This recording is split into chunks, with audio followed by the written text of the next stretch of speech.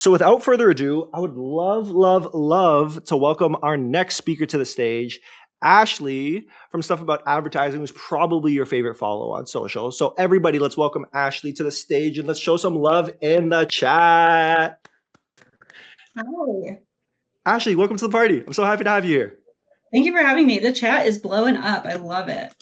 Super pop in. But Ashley, I'm gonna pop out, do your thing, and I'll see you at the end, okay? Amazing. All right. So I am going to share. Okay. So I have like a little thesis for you today that I'm very excited about. Just a little about me. I am a creative director and copywriter. Been working in the traditional ad agency world for 14 years now, but I'm also a content creator. I make stuff about advertising where I just talk about the industry. So I have kind of a foot in both the big creative traditional campaign world and the content social world. So the thing I want to talk about today is a little of both. It can apply to both of those worlds. And when I was picking what I wanted to talk about today, I was thinking of something that I personally am really craving from brands. And my cat is going to join us in a second. She has to be involved in every single meeting I have. But yeah, so this is something that I have personally been craving. And I think the brands that embrace it next year will be the ones that stand out from the pack. So I would love to see some love in the chat for this old phrase. I might be dating myself here, but who remembers saying, do it for the gram? I know I've definitely said it, but do it for the gram was all about doing things in real life so that you can go talk about it online. You were doing things that you wanted to go share later on. It was like, we have to have this experience so that we can go talk about it with our friends, family, and community, whether that's in person or online. But over time, we have kind of shifted to doing things on the gram. Everything is done on social now. So instead of documenting real life experiences on social media, we are now only experiencing social media. It's just a very different world. And because of that, all of marketing has turned into this social first need. And because of that, all of our feed, all of the whole internet feels kind of like a simulation now. Like it doesn't really feel real all the time. And I think that has been driving so much fatigue and desire to just escape the internet and get out of all of that. And then add on top of that AI, which we are all so familiar with now. So that has just led to this deluge of content and even less humanity in it.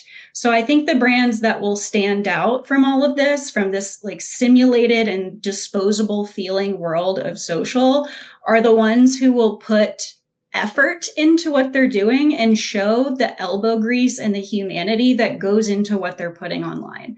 And I'm calling this the effort signal because I'm a copywriter. I have to have a name, a fun name for something. But this is all about showing that your content and your ads and whatever you're putting out there were put together with thought and intention by humans who actually care about what they're doing. And I think this can come to life in a few different ways. So I want to talk about these different sort of pillars of how this can manifest, but it's effort in the process. So showing how your ads or your products get made.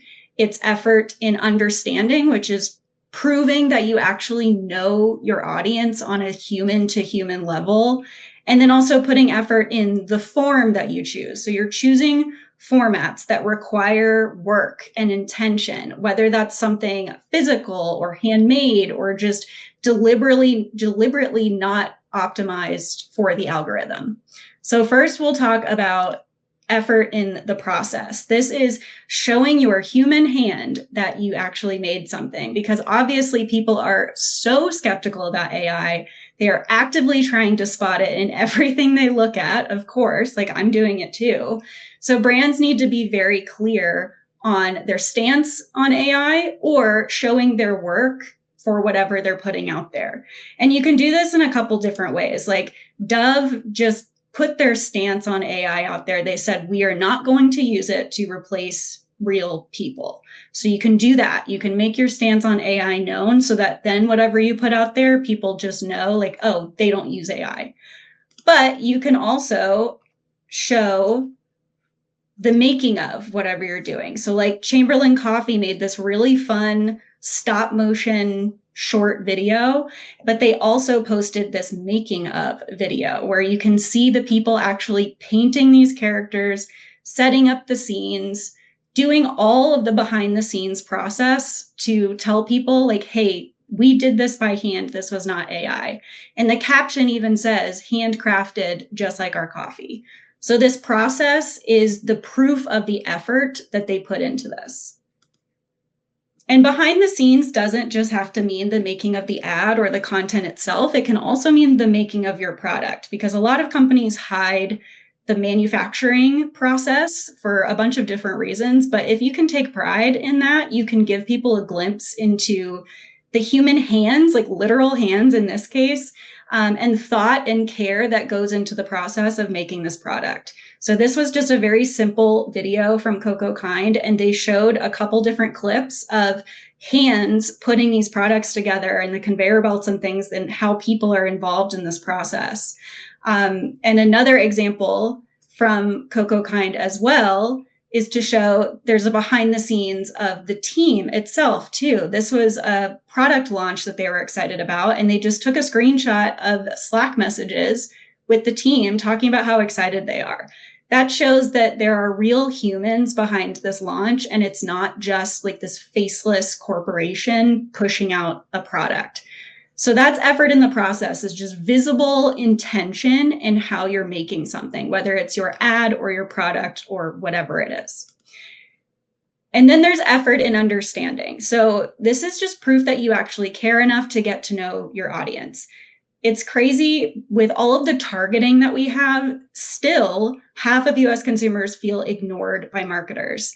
And then 70% of them say that they're more likely to buy from brands that engage in the hobbies and communities that they care about. So you need to prove to your audience that you are putting in the time and effort to understand them and their hobbies. And you can do this in a lot of different ways. There are some brands who are putting in the work to actually learn about their audience with things like Facebook groups, like Lodge Cast Iron has a Facebook group, No Reception Club, which they make the best diaper bag ever, highly recommend. They have a Facebook group where they are constantly talking to their customers. Brands are getting involved in things like Facebook groups and subreddits, Discords, WhatsApp groups, just finding these two-way spaces to interact with your people. And then whatever you learn from them, you can use to better communicate to them, both in organic and paid content. And then even if you don't want to or can't, for whatever reason, host your own space like this, you can still get involved in your audience's niche communities and micro communities that they're involved in. Like Jack in the Box, the example on the right, Jack in the Box found this network of Fortnite-related Discord servers and sponsored them. So they're not hosting this community, but they found something that their audience cares about, and it shows that they took the time and effort to truly understand them. An example on a much larger scale is Spotify's data-driven campaigns that they've been running for years. This entire campaign is built on a very niche and specific understanding of their audience and their music preferences. And while this is on a very large scale, when you see yourself in one of these little stats or pieces of niche preferences, it feels like you are seen, like you feel like you found your people. It's like you're in on this inside joke. And while this is a large scale, and Spotify obviously has access to an immense amount of data that most of us don't have, you can still try to tap into some of this by just learning about the specific preferences and quirks of your customers and using those as hooks or captions or ways to just talk to them human to human. And my last example for this is showing at a more granular level. You can show effort of knowing your audience in tiny little things like hooks and captions. Like this first example, the fact that this brand pulled out a review that said, "Those poops are kerplunkin," like that is so specific and so human. You know, a person behind the brand picked that out and said, yes, this is it. This is how we want to talk to people. That's so good.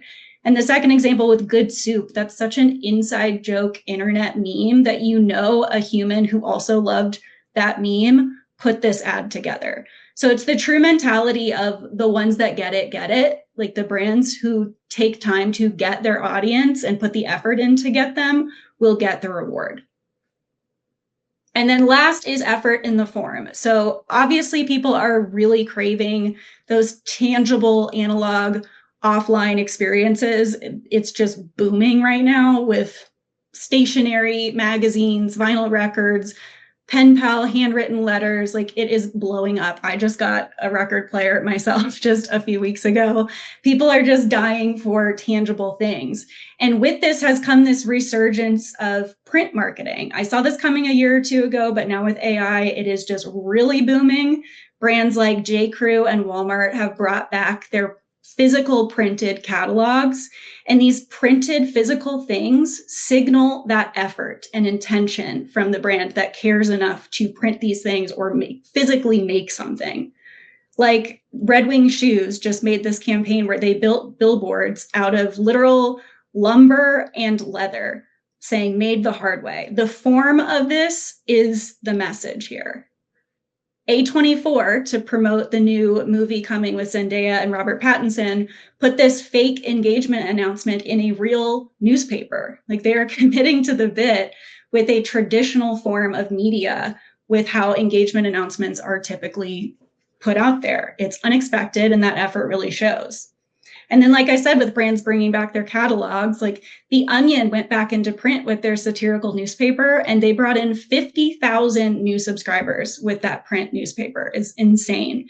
But when you have this physical object, you can do so much content with it. You can literally just flip through the catalog on a flat lay. You can have people sitting on a couch reading it.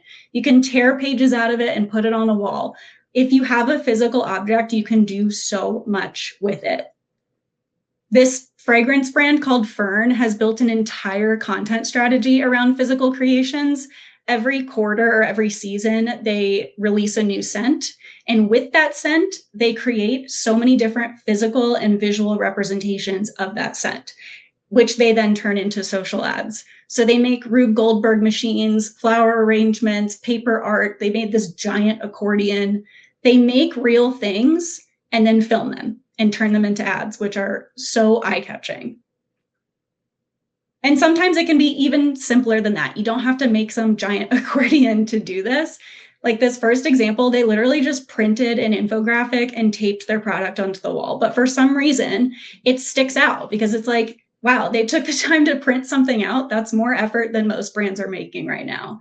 The middle example was just showing how the product is used on some different fruit. Like, they're literally just cutting up pieces of fruit and putting the product on it. That shows more effort than most brands are putting in. And then the last example is a almost 4-minute video of the owner of Dead Cool, a fragrance brand, just talking about her brand and why she made it and the products. But it shows so much effort because it's almost 4 minutes long. There's all kinds of fun, silly stuff in there. There's lots of cool editing. It doesn't look like a traditionally polished ad, but you can tell they put a lot of thought and intention into it. So there's a lot you can do here. But overall, effort is going to be your edge in this world of AI, where content is just so easy to make and everyone is so skeptical of everything they're seeing. So with every piece of content you make, just ask yourself, how can we show effort? Even if it's in a very, very small way. What signals can you add in there that help people understand there was a human being that gives a shit who put this together? It is harder, it takes more time, but that's exactly why you will stand out for doing it. So that's me, that's my thought, that's what I want to see from brands. I hope more people do that. This is where you can find me if you want to talk more about it, but yeah, that's me. Ashley, you freaking crushed it. You talked about the now, you talked about the future, and you gave us so much nostalgia along the way.